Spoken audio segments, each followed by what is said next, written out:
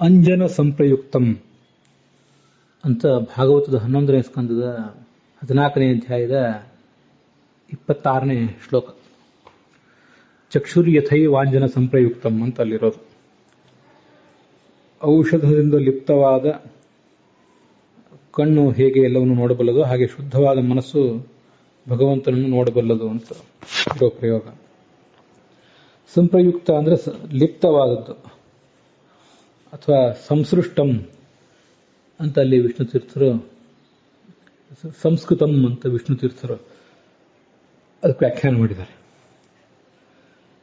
ಅಂಜನೇನ ಸಂಸ್ಕೃತಂ ಚಕ್ಷು ಯಥಾ ಅತಿ ಸೂಕ್ಷ್ಮಮಪಿ ಪದಾರ್ಥಂ ಗೃಹ್ಣಾತಿ. ಔಷಧದಿಂದ ಸಂಸೃಷ್ಟಂ ಸಂಬದ್ಧವಾದ ಕಣ್ಣು ಹೇಗೆ ಸೂಕ್ಷ್ಮವಾದ ವಸ್ತುವನ್ನು ನೋಡಬಲ್ಲದು ಹಾಗೆ ಅಂತ ಅಲ್ಲಿರುವ ವಿಷಯ. ಈಗ ಅಂಜನಂ ಚಕ್ಷುಷಿ ಸಂಪ್ರಯುಕ್ತೆ, ಔಷಧವನ್ನು ಕಣ್ಣಿಗೆ ಹಚ್ಚುತ್ತಾನೆ, ಲೇಪಿಸುತ್ತಾನೆ ಅಂತ ಹೀಗೆಲ್ಲ ನಾವು ಪ್ರಯೋಗ ಮಾಡ್ತಿದ್ವೇನೋ.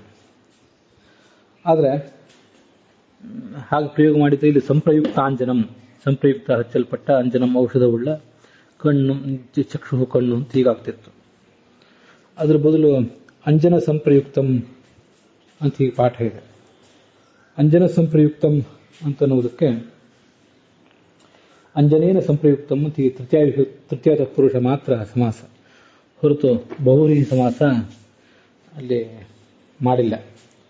ಆದ್ದರಿಂದ ಇಲ್ಲಿ ಕೇವಲ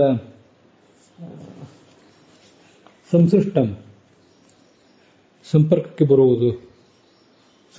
ಬರುವಂತೆ ಮಾಡುವುದು ಅಂತ ಈ ಪ್ರಯೋಗ ಮಾಡಿದ್ದಾರೆ.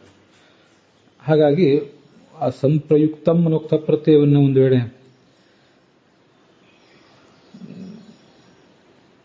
ಕರ್ತರಿ ಪ್ರಯೋಗದಲ್ಲಿ ನಾವು ಮಾಡಿದರೆ, ತಪ್ರತ್ಯಯ ಅನ್ನುವುದೀಗ ಕರ್ಮಣಿ ಪ್ರಯೋಗದಲ್ಲಿ ಇದೆ, ನಮಗೆಲ್ಲ ಗೊತ್ತಿದ್ದಂತೆ. ವೈದ್ಯ ಅಂಜನೇನ ಚಕ್ಷು ಸಂಪ್ರಯುಕ್ತೆ, ವೈದ್ಯನು ಅಂಜನದಿಂದ ಔಷಧದಿಂದ ಚಕ್ಷುಸ್ಸನ್ನು ಸಂಪ್ರಯುಕ್ತೆ,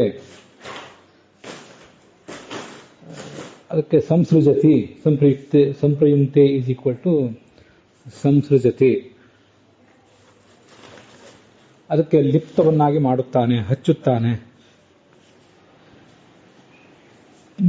ಕಣ್ಣನ್ನು ಔಷಧದಿಂದ ಲಿಪ್ತವನ್ನಾಗಿ ಮಾಡುತ್ತಾನೆ ಅಂತ ಅರ್ಥ. ಕಣ್ಣಿಗೆ ಔಷಧವನ್ನು ಹಚ್ಚುತ್ತಾನೆ ಅಂತ ಅರ್ಥ ಅಲ್ಲ. ಅಲ್ಲಿ ಔಷಧ ಅನ್ನೋದು ಕರ್ಮ ಅಲ್ಲ, ಔಷಧ ಅನ್ನೋದು ಅಲ್ಲಿ ಕರಣ, ಕಣ್ಣೇ ಅಲ್ಲಿ ಚಕ್ಷುಸ್ಸು.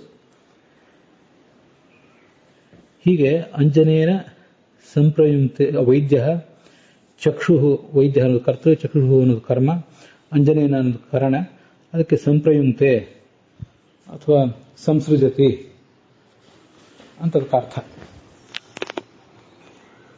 ಇಂಥದ್ದೊಂದು ಪ್ರಯೋಗ ಕಂಡು ಬರ್ತದೆ.